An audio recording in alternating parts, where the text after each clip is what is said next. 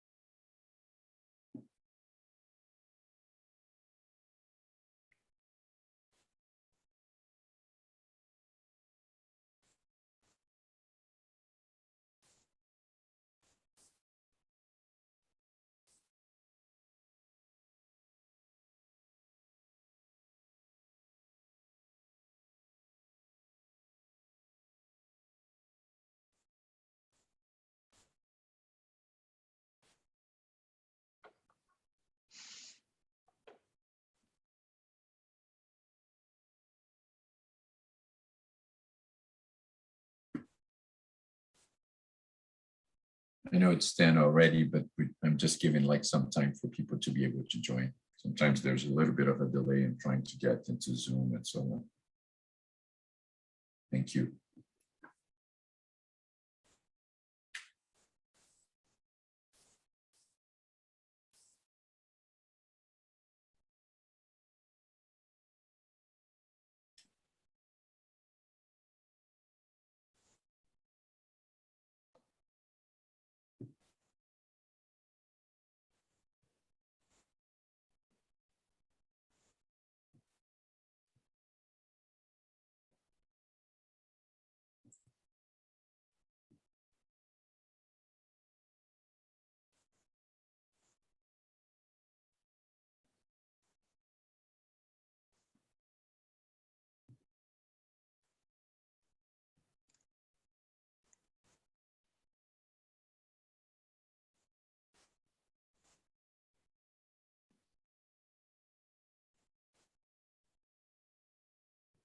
Okay, so it's 10:01.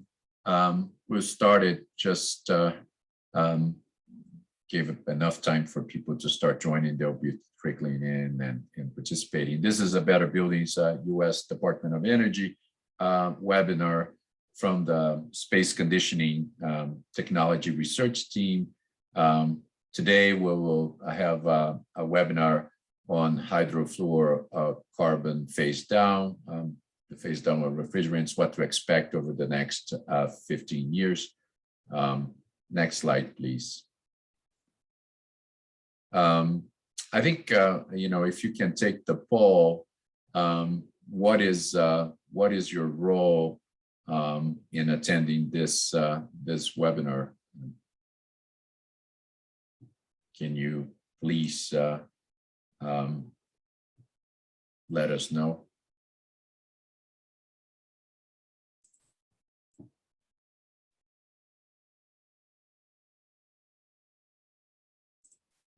We are capturing the poll, right?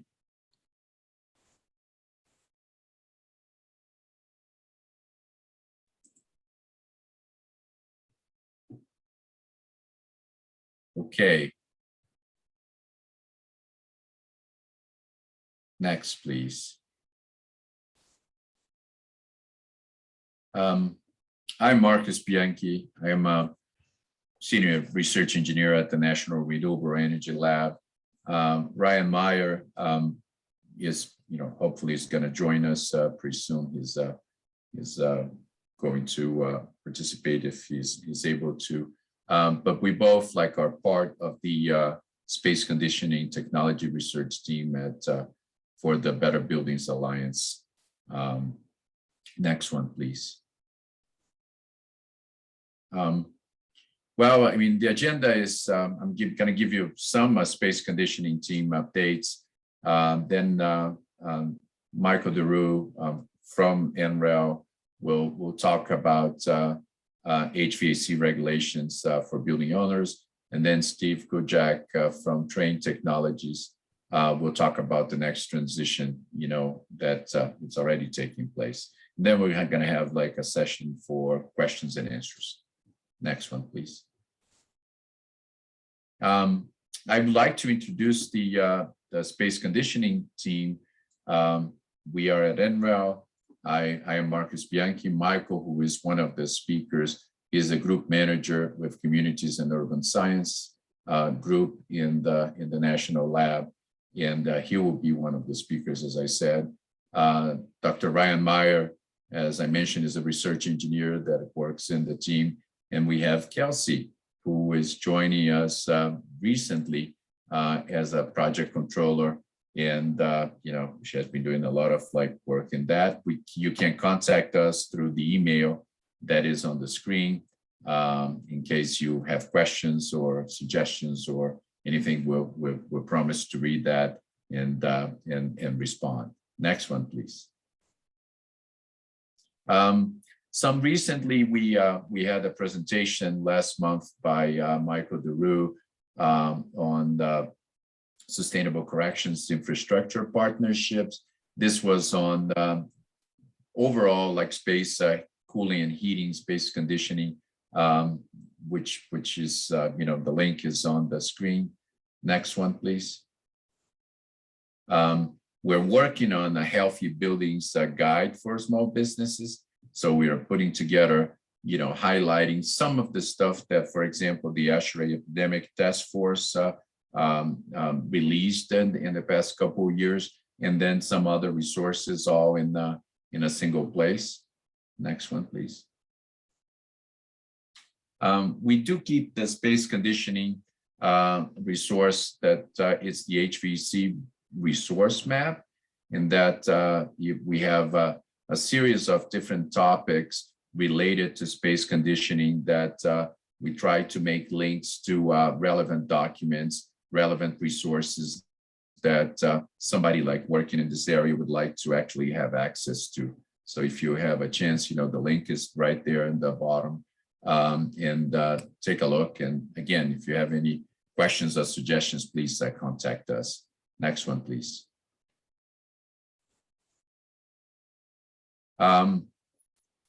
Recently, we put out a Decarbonizing HVAC and water heating in commercial buildings. This was late in 2021. It's a very good starting point for considering electrification, right? Again, the link is also on the page. Please take a look if you'd like to know more about those efforts. Next one, please. Another poll question: what's your familiarity with the refrigerant phase down that we are actually going through now? If you can respond, that would be great.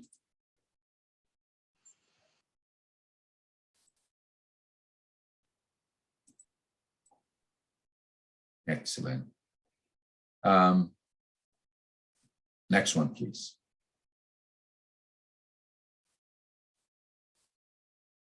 I will introduce Michael. Michael has been with NREL for, I'd say, decades, right? Since 2000. He's a group manager for the Commercial and Urban Sciences research group at NREL. He leads projects on the development and testing of novel HVAC systems, building performance simulations, performance metrics for sustainability, source energy and emissions, emissions factors, water, and the U.S. Life Cycle Inventory database. Dr. DeRue received an R&D 100 award in 2005, and it's very active within ASHRAE. Michael, I'll pass it to you. Thank you for offering to give a talk on the HVAC regulations for building owners. Thank you. Go ahead. Yeah, thank you, Marcus. And thank you all for joining today. This is an area that is constantly changing, and hopefully we can help share some of the information that we know today, and will help guide you through these changing regulations. So next slide, please. I thought I would start, put us all in the right mood, take a deep breath, enjoy the view, and then why this is important, why HVAC regulations are important. Go to the next slide. So this was a study looking at with and without controls of HFCs that we use in all applications, not just cooling and refrigeration, but all applications. So without controls, and then under the Kigali Amendment, and then a phase out of all HFCs. So you can see they're predicting if we could phase them out by 20 over the next 20 years, then we could avoid about 0.4 to 0.45 degrees Celsius warming. So it is a significant impact potentially. Next slide. So what are we talking about here? This is just a few of the refrigerants that we use in our packaged HVAC and chillers. So there's still, R22 has been on a phase out for a long time, but there's still a lot of R22 out there in rooftop units and HVAC systems. Still probably half of people's inventory, but in R410A has been, the refrigerant of choice over the last few years, but those have very high global warming potentials. On the right there, you can see, almost 2000 GWP for 410A. And then some of the ones that we're looking at as alternative refrigerants, which Steve will talk about a little more, are in the range that's about a third or a quarter of that.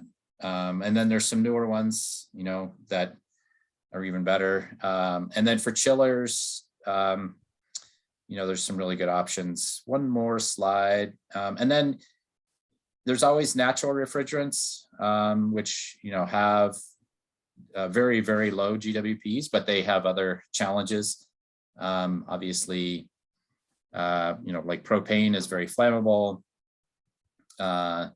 Ammonia is toxic. CO2 is great for certain applications, but it's not as good as a refrigerant in other applications. And we're learning more about that. New technologies coming all the time, but I am going to talk about more of the regulations. So go to the next slide. So,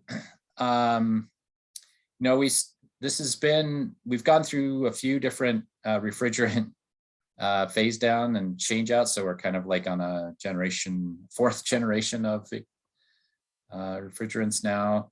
So many of you are familiar with the Montreal Protocol, which phased out, started with the 1970 Clean Air Act. And so that allowed EPA to regulate some of these refrigerants. And Section 608 is specifically around stationary refrigeration and air conditioning, and just talks about how do we manage, how do we handle it, how do we, what are the best practices for leaks and record keeping, and how do you certify technicians and so on. So, and in this area is one of those areas where it's confusing because EPA came out with some regulations in 2016 and then repealed them in 2020.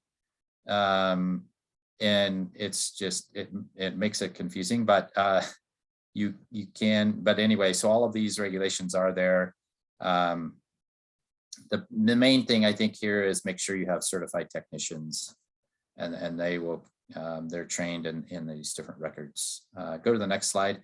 So then the next section of the Clean Air Act, that people are familiar with. You go to the next slide, please. Is the SNAP program. There we go.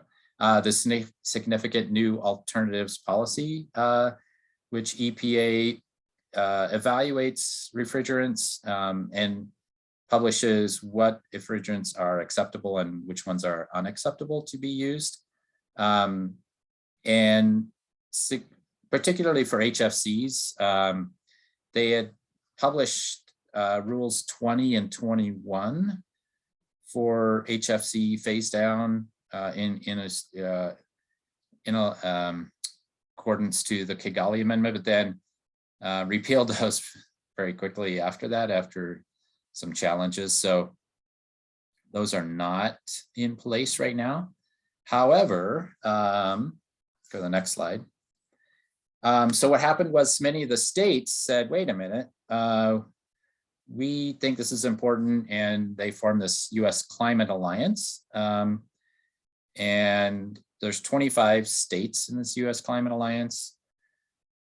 And they address several climate issues, but HFC regulations is one of them. California, as you're probably all aware, is leading a lot of these efforts. But right now there's actually 10 states that have kind of followed California's lead and have finalized HFC rules. So that, obviously makes it complicated. On top of federal rules, you have individual state regulations that you have to comply with. And this is a shifting landscape as well, because there's other states in kind of the medium blue there that have proposed action or HFC regulations that they're contemplating, and they may get passed sometime. We'll just have to watch and see. But go to the next slide. So let's talk about California. Has a goal to reduce HFC emissions by 40% below 2013 by the year 2030. And so they have implemented, basically they implemented the SNAP 20 and 21 rules. And some of these are already taking place. So for commercial refrigeration systems, starting in 2019 for new systems and major retrofits projects, then you have to go to a lower GWP of 150 or below 150, depending on the system type. There's some different rules to make it even more complicated. And then starting in a couple years, or I guess less than 2 years now, in 2024, they are requiring that residential commercial HVAC GWPs below 750 and chillers below 150. So that means you can't use R410A starting in 2024 for new systems. It doesn't impact existing systems, but any new systems can no longer use 410A for those systems. And then they do have higher maintenance and record keeping requirements as well. All right, next slide. So then Congress passed, the US Congress passed the American Innovation and Manufacturing Act late in December 2020. And this includes a phase down of HFC production and consumption. So again, this is in line with the Kigali Amendment to the Montreal Protocol. And to be clear, US has not ratified that Kigali Amendment. It's put before Congress, or they've talked about it, but they actually haven't voted on it yet. And there's three kind of approaches here, really: a phase down of production and consumption by 85% in 15 years. And then trying to really maximize the reclaiming and minimize releases of HFCs from equipment. So there's different record keeping and training requirements there. And then they have to try to facilitate transitions across the different sectors that use HFCs. They have restrictions, different restrictions by sectors that are trying to manage that transition to different to alternatives. And the AIM Act, important part here, it does not impact existing systems. So if you have all of your existing systems today, they are not, you can continue operating them on the same refrigerants you have today, no changes required. except for, managing reclamation and releases of HFCs, but you don't have to change out the HFCs.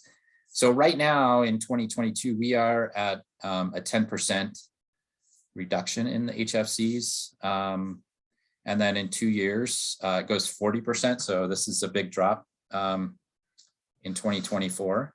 So that again is going to be impacting what is available to come on the market. And they're really targeting initially, the higher GWP refrigerants.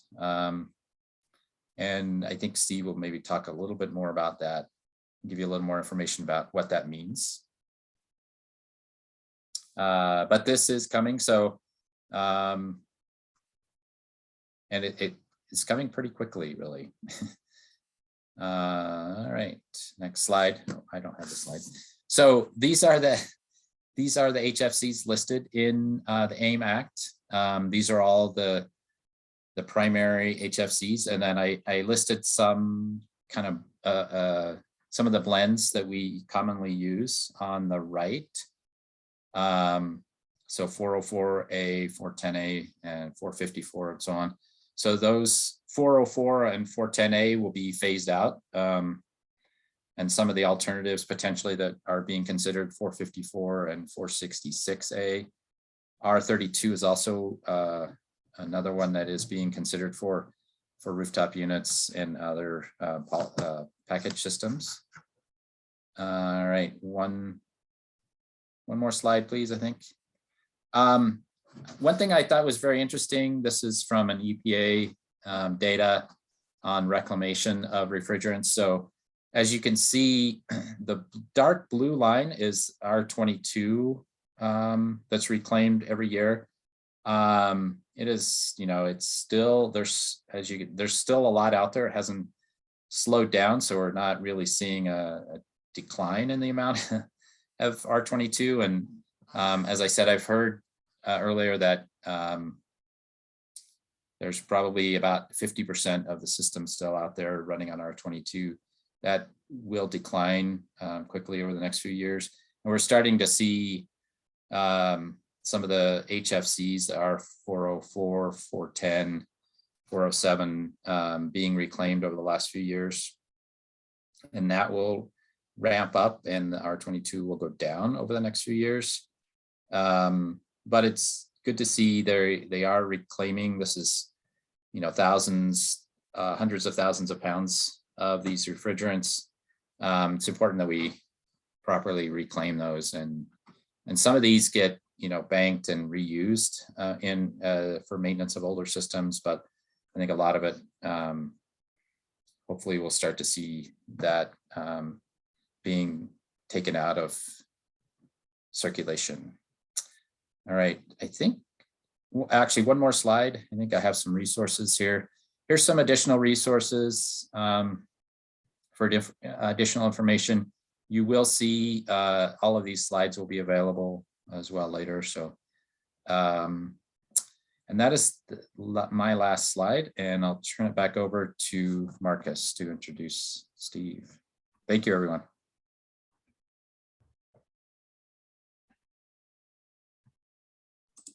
Thank you. I having to unmute and mute as usual. Thank you, Michael. Second part of this webinar, Steve Kuchak will actually talk, give a talk, and he's the director of the Next Generation Refrigerants Research for Trane Technologies. Divisions include Trane and Thermo King. He has over 30 years of HVAC and refrigeration and industry experience involving development of new refrigerants and systems. Steve has been an author and co-author of 50+ publications related to refrigerants, has 31 patents related to HVACR products, and is involved in numerous global refrigerant safety and products use standards. He's the chair of ASHRAE Standard 34, designation and safety classification of refrigerants, and is also involved with ASHRAE as the vice chair for the Refrigeration Technology Committee for Comfort, Process, and Cold Chain. Steve, thank you. Thanks, Marcus. Let's go ahead to the first slide. Let's flip to the second slide. So we're going to talk a little bit today about a brief history of refrigerants. I think important to look back as we move forward because we have a lot of experience in transitions, and in my lifetime, actually, since I was hired 30 years ago, we went through one transition with the CFCs, and now we're transitioning with HFCs. We're going to talk about the challenges around selecting a good refrigerant and the review of various options, and then what actions you should take, or today, or what to expect for tomorrow. So next slide, please. So here's some resources. Like Marcus said, I publish quite a bit, but the ASHRAE Journal, I've written 3 articles, and a lot of that will cover a lot of detail I'm talking today. So if you want to go out to the ASHRAE website, you can find these articles through the ASHRAE Journal. Next slide, please. So, people always say we have done 4 transitions, but ideally we're on our 3rd, because the first one really wasn't really getting started. People, in historically back there, people really didn't have an refrigeration or air conditioning or anything like that. And the technology around thermodynamics and air conditioning were just starting. And so when engineers ran into problems around, safety, flammability, toxicity, and chemists finally figured out that, oh yeah, we can bond molecules differently in the 1920s and in the teens, a evolution occurred where we made designer molecules. And so Thomas Midgley and Albert Henny developed the CFCs. And so you imagine, back then, these people were putting together molecules that have never measured properties. And so they came up with the CFCs, and we had an exponential expansion of air conditioning, refrigeration, and all kinds of products from that for the better society. Well, in the 1970s, as our understanding for refrigerant chemistry, or atmospheric chemistry, became better, we noticed that the CFCs were causing an ozone depletion. And so the world got together with the Montreal Protocol Treaty, which is the only treaty in the world that the countries have all gotten together on. And we phased out certain chemicals. So we actually picked chemicals and we phased them out completely. You can't use them anymore. And then we realized that the CFCs were very high global warmers. The HFCs were somewhat less, but still target pollutants. We needed to move to lower global warming fluids. And so we're in our 4th transition here. I think it's important, when using the terminology between phase out and phase down, all the chemicals are available in our phase down. So it's just a matter of how you want to blend them to get the GWP you want. Now, what's curious in this phase down is the reason why, what we learned from the last transition is we did a phase out and then we had service tail. What this phase down allows is, the continued use in a service tail based on allocation rather than just the chemical is gone. And so that's making the transition a lot easier this time as we phase down forward. Next slide, please. So what's the selection challenge around refrigerants? What is the societal, environmental, and economic effects, and where do we get that balance? Next slide, please. And so, the primary challenge in the last transition, as we moved away from CFCs, basically we're taking chlorines off the molecules and bromines to get rid of that ozone depletion effect and replacing them with fluorines. We preserved the safety. So we had a lot of choices around non-flammable refrigerants. We didn't have all the refrigerants we wanted to be able to cover all the application ranges, but we had good refrigerants to go by. The biggest challenge in the last transition was developing brand new lubricants, and that's what really slowed the transition down last time. This time, we have new designer molecules around atmospheric chemistry to keep their global warming very low. But the challenge here is we're going to have to adopt some flammable refrigerants, and we'll talk about that. And by the way, we're going to have more fragmentation, I call it, in the marketplace with different choices. So we now have renewed interest in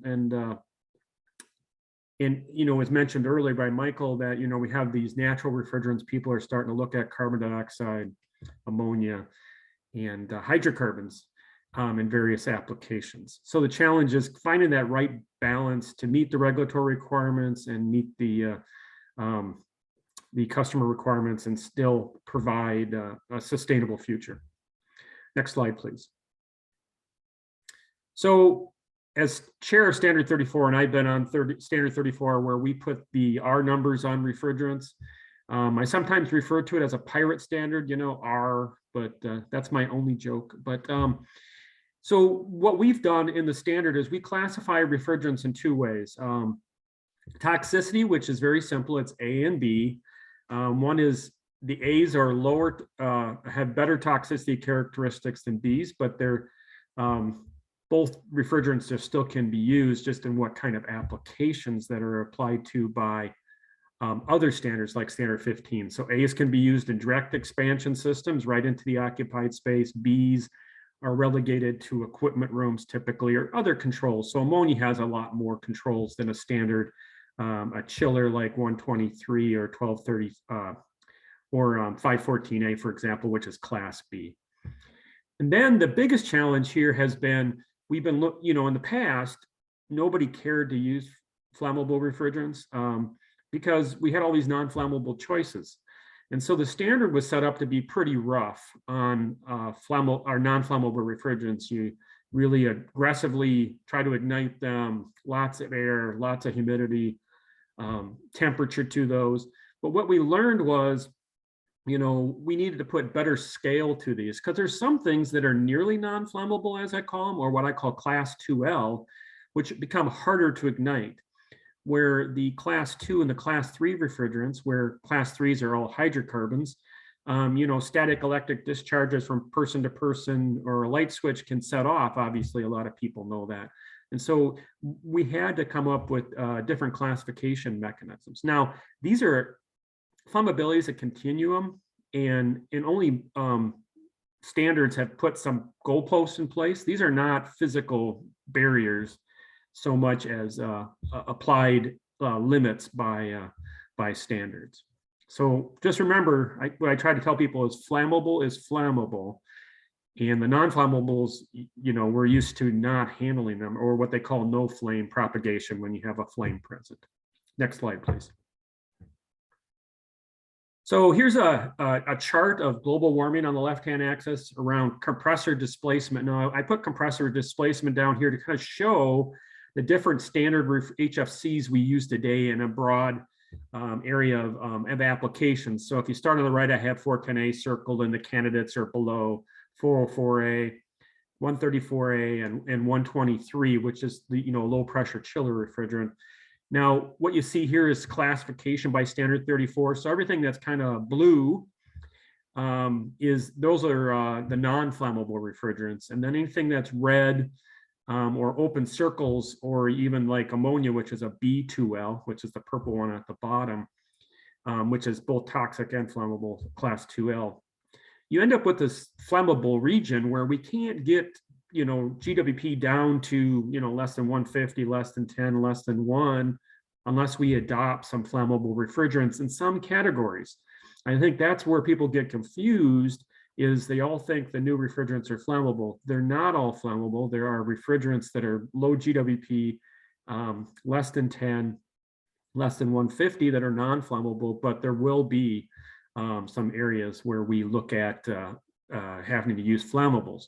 But we do have non-flammables as well, like in the 404A space, where you can phase down the refrigerant from 4,000 down to 1,500. And 134A, you can phase down to below 750. And so there are opportunities as we phase down for these interim steps. So next slide, please. So here's just a repeat of the AMAC that Michael showed. The phase down is, people set each country has a different phase down mechanism from the standpoint of what their allocation is. So in the United States, it's around, if you add up all the refrigerants and divide by the pounds, you get or kilograms, you get about a GWP of 2,000. And so each phase down step restricts the amount of refrigerant that can be produced. You can see the AIM Act here. We're here today, right? The EPA last year said we're going to go down 10%. Oh, by the way, we're already well down below 10% already, because HFCs have been phased down since as early as 2015. where chiller fluids started to emerge, in the low pressure chiller area. Cars started using 1234 YF in the United States. Hydrocarbons were starting to be picked up in small portable, dorm coolers and refrigerators. So transition has already begun, and today is only getting a lot of attention because some of the big bulk applications where we're using large amounts of refrigerant are now going to start to come under regulation. So some of the lessons learned here, Europe went about 5-6 years early. That has facilitated helping here in the United States a smoother transition likely. So we expect by next year, 2023, EPA will have a final rule on the 2024 phase down. So we're kind of jamming things close together, but the industry will be ready because you'll see shortly we have good candidates. Next slide, please. So let's go to the next slide. So let's review some options. So here's kind of the toolbox I use, and these are these new hydrofluoroolefins. And what's unique here is these molecules have a carbon-carbon double bond. That's the new innovation around designer molecules. And what happens is with their release into the atmosphere, sunlight, reactive oxygen species, these react in the lower atmosphere, quickly rain out of the atmosphere. And so they have atmospheric lives of days rather than tens of years like the HFCs, or hundreds of years like the CFCs. But you can see a number of these items have a class 2L to them. Now, people are blending various molecules. If you look at the 514A here with the square around it, you got a B2L and an A1 being blended together to get a B1. So people are being innovative about how we blend stuff together, get the GWP down, and preserve, non-flammability in this case. And so then you can see also we're starting to spend a lot of time on carbon dioxide. Ammonia has been around the United States for at least 100 years. And so incrementally, is it expanding? No, because it's already well entrenched in the right application for the right time with the right environmental properties. So next slide, please. So here's just looking at the efficiency. Everybody's always worried about efficiency of these molecules. In the last transition, the CFCs were like the gold standard for efficiency. HFCs, we took a little hit, anywhere between 2 and 6%. But what we're seeing here is the new HFOs are very similar in a lot of cases to the HFCs that they're replacing, or they're blended to either, in some cases, to be better. So R32, for example, on the chart is more thermodynamic efficiently than 410A.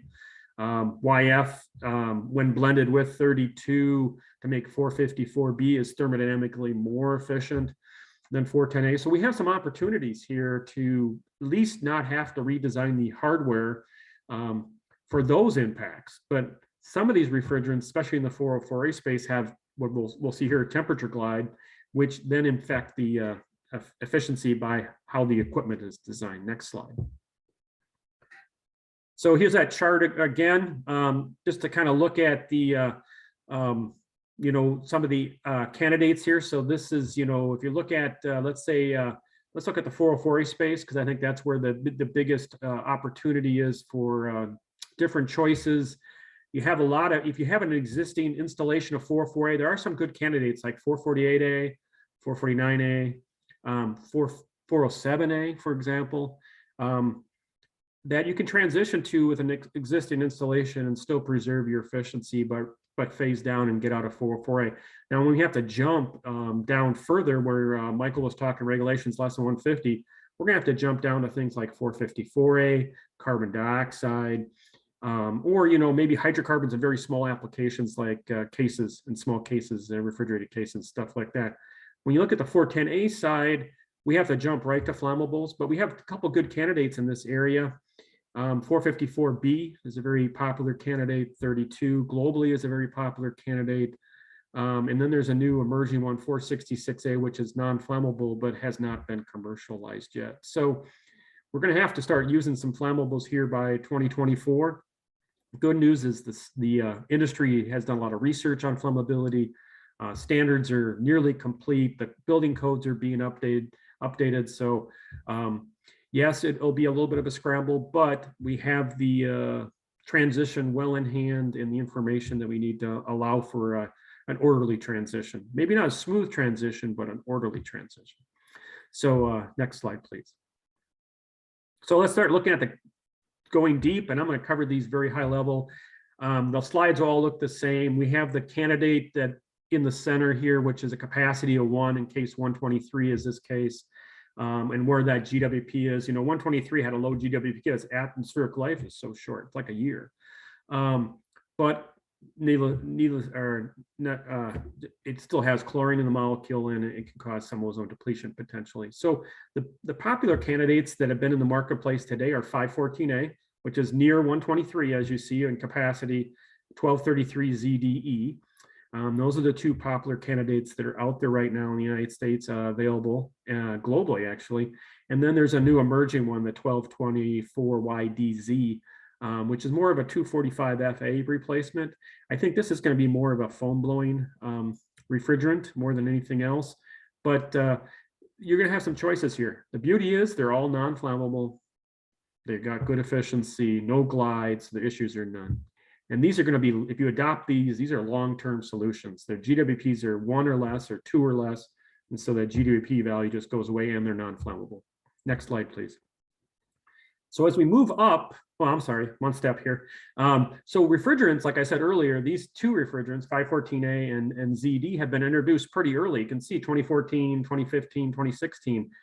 I think people were concerned about efficiency. So this is some data I pulled from Train, just kind of kW per ton over time. And you can see the efficiency is unaffected by the adoption of new refrigerants. Now, by 2020, 123 is completely phased out. So all we have is 1233 ZD and the 514. After that, you can see the efficiencies just keep getting better, because as a transition occurs, OEMs like myself introduce new technology we have on the drawing board, or we're planning to introduce, to facilitate higher efficiencies anyway, regardless of the refrigerant we're going to choose.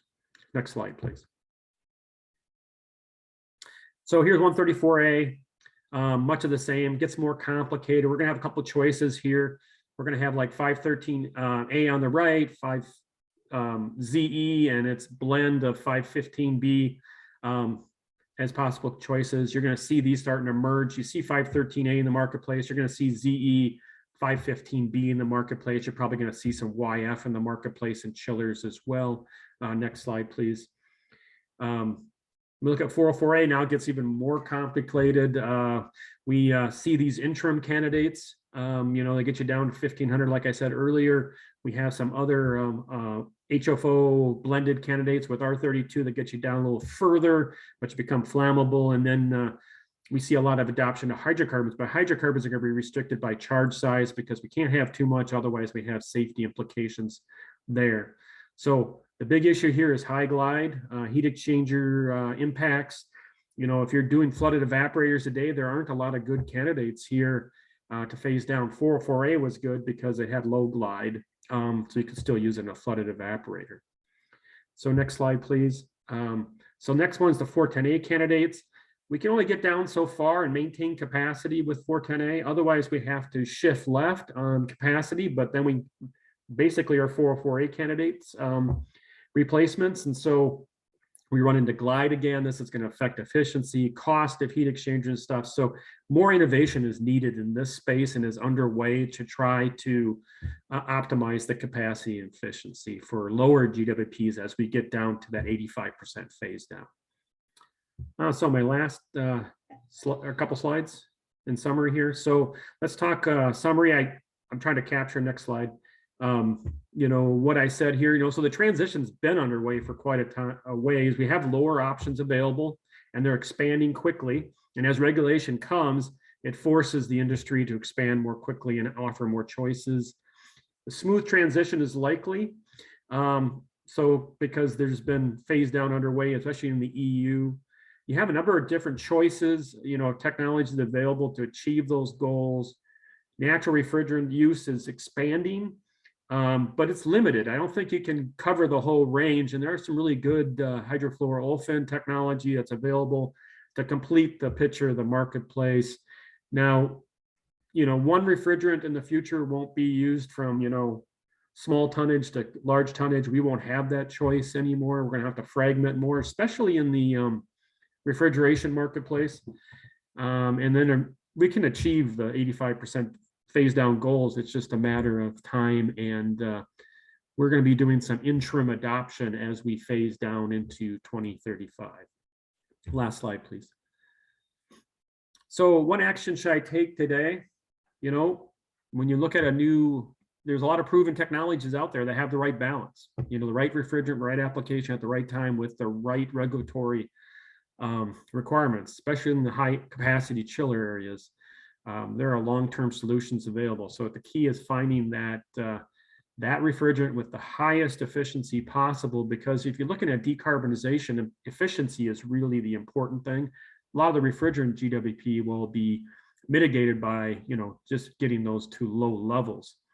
So, you know, leak tightness and efficiency are the two key things in maintaining equipment.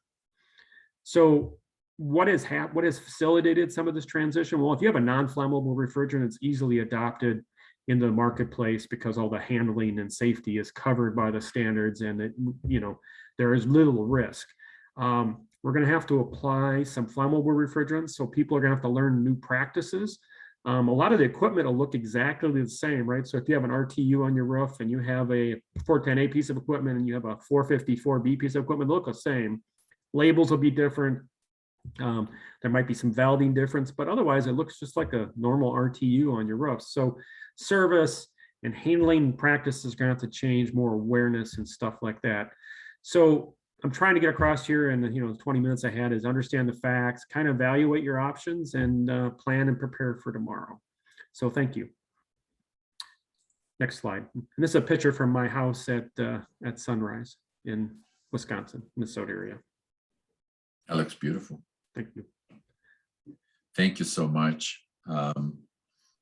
I now would welcome questions for the speakers. If you have any question, please go to the question and answer and type your questions. Start with some general questions, and I think Steve started to respond to it. But when you retrofit, there's some energy performance loss, and I saw the graph, and there were like ups and downs and so on. What kind of expectation somebody should have if they retrofit their unit with a different refrigerant? I think the expectation is there's a lot of things that go on a unit, like dirty coils, plugged filters, expansion devices, the charge isn't optimized, and what you'll end up doing when you retrofit, and a lot of these refrigerants are more efficient, you'll end up gaining efficiency in a lot of cases, or at worst case, break even in this transition, especially around 404A replacements. But when you do retrofits, you have to replace, if you have an existing installation, a non-flammable has to go into a non-flammable unit. So for example, I have 410A in my house. I can't put 454B in or R32. I have to have a new unit because of the flammable requirements. So I think there's some confusion there. So I just wanted to make sure people point that out. You can't jump to a flammable in an existing installation. So that requires a lot more capital and investment and time. And also, and maybe you can correct me if I'm wrong here, Steve, but there's not a requirement to replace to change out the existing refrigerant, right? Under the AIM Act, it doesn't say you have to go back and you don't have to go back and require that. So nope, this is a purely customer-driven marketplace thing. If you feel your 404A is, your risk of it is high, you have an option to replace. Right. So for example, 134A, you have 513A. So you can, phase down refrigerant. Cost in the future will be GWP based because of allocation, because the refrigerant suppliers can only produce so much. And so price per kilogram will be based, our pound will be based on the GWP of the fluid. We saw that in Europe, and it still goes on today. So a lower GWP fluid typically is lower price and more available than a higher GWP fluid as we phase down. Okay, I still didn't get questions there, so I'll keep asking the ones that I thought about. Yeah, obviously you touch on that, and I really would like to know more. what are the design and operation implications when you have a flammable one? You mentioned that the equipment is not the same. There are probably some regulations around flammable refrigerants that are specific, and the unit has to accommodate that. Can you give some examples of those? Yeah, so there's a couple ways the standards have approached this. So if you restrict the charge of the unit to be very small, for example, a hydrocarbon unit, and you're hermetically sealed, as a packaged unit would be like a refrigerator, the safety is built into the appliance by the refrigerant charge. As you get to larger charge equipment and you start using, let's say, A2Ls, there's a couple approaches. You can restrict the charge if the capacity is small enough, or we get to where we put in detection. So you'll be starting to see refrigerant sensors where they'll detect a large catastrophic leak more than anything. A small leak, isn't a flammable issue. Year over year you're losing 3-5%. That's not a flammable issue. It's when you have catastrophic issues where you have a large tube break or something like that. There'll be a detection, and then the standards are very prescriptive about the mitigation that occurs. The first line of defense is you shut off all the power right within the unit. That can be igniters. The unit's still on, because the unit then, the fan goes to full power and then dilutes the refrigerant or mixes the refrigerant in the air. So it gets it down to a safe limit below the lower flammability limit. And so this is all going to be in the background as as a building owner purchase the equipment. It'll just be part of, no different than, the unit is on or off and stuff like that. So the standards are trying to be as simple as possible, and as well as the standards for application of how you install. Now, there are some changes that are significant from a cost standpoint. Sensors are more expensive, obviously, but equipment rooms where we put in flammable refrigerants, where we traditionally use non-flammables, let's say we were putting in 1234 ZE, for example, which is a flammable. The requirement is more ventilation because it's flammable. You got to get it out because the level is lower that you're allowed to tolerate. So you have to, in an existing installation, you may have to increase the airflow by 3 to 4 times in that room, and they're usually not set up to do that. So you have to make an investment in more airflow, and that can be, bigger ducts where you dump the refrigerant. So we're going to learn as we go along in that area. But the good news is, in a lot of cases, we have non-flammable lower GWP options that we can use to mitigate for retrofitting in existing buildings. Sorry, long answer. No, this is good. This is essentially what we are looking for, right? Some of those questions are difficult. I think if we, in the commercial realm, I guess technicians could be quite prepared and so on. That one of the concerns that I think that could exist is somebody dropping a refrigerant in, let's say, a smaller residential unit, and dealing with not considering the flammability issues and so on. I know this talk is more on the commercial side, but I imagine that it's important for people to know generally the consequences of that. Right? Yeah, and we have some experience of that in the R22 transition. When the R22 prices got high in 2012, and it wasn't clear from the EPA you couldn't use propane. People were putting propane in units, and people walk up and didn't know it was in there, right? So, but propane's a little different beast than a 2L, but we had some safety issues. So I expect people might try to put 32 or 454B in a 410A unit and get confused. And so that'll be something that we're going to have to learn as we go along a little bit of what the occurrences of those might be.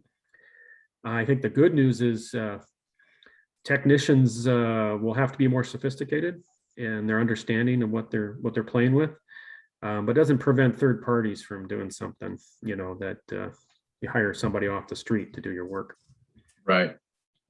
And the knowledge may be, part of the issue. So, getting professionals that are familiar with both old and new refrigerants, becomes pretty critical, right?